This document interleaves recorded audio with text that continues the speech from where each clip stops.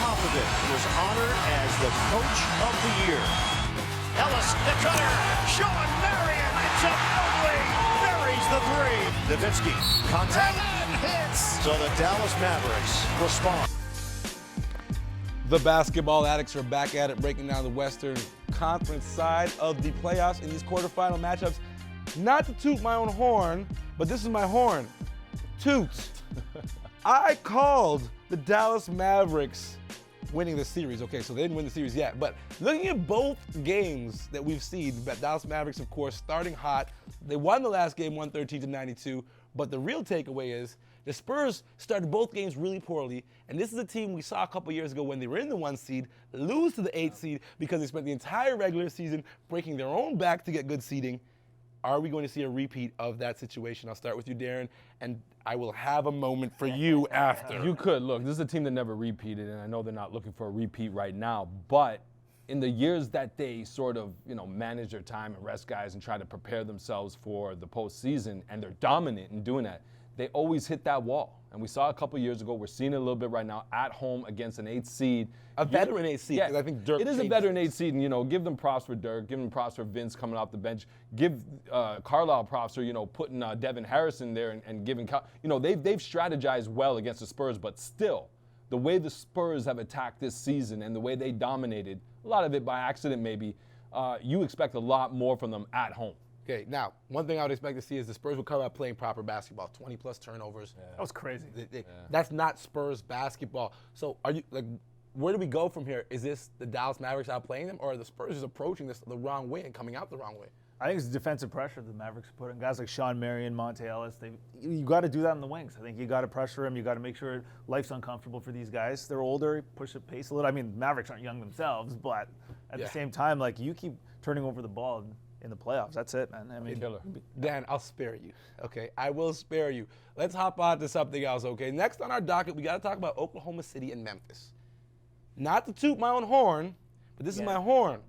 It's tooted it twice now in this show. I called another upset. I saw Memphis's front court being a problem for these guys.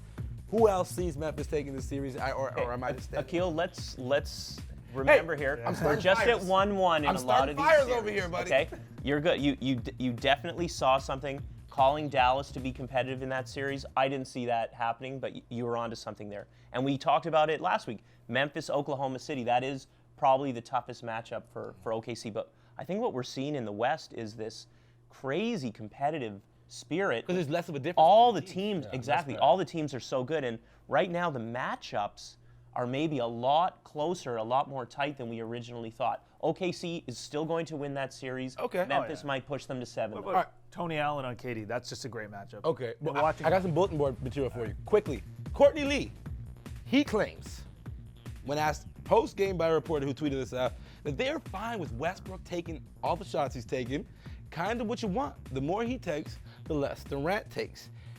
I think this is strategic. They're trying to get in Russell Westbrook's head. They're trying to get him to second-guess himself. Or maybe they're just happy with him taking shots and they're trying to split up the dynamic duo. But will this play out? Because, coming down the stretch, Dan, Nabil, Westbrook took a really super questionable 3 at the end of that second game that kind of put them in a bad position. I agree, man. You give the ball to KD, but at the end of the day, you're right. I think they're trying to get in his head, trying to play head games because he's the guy who's not mentally tough.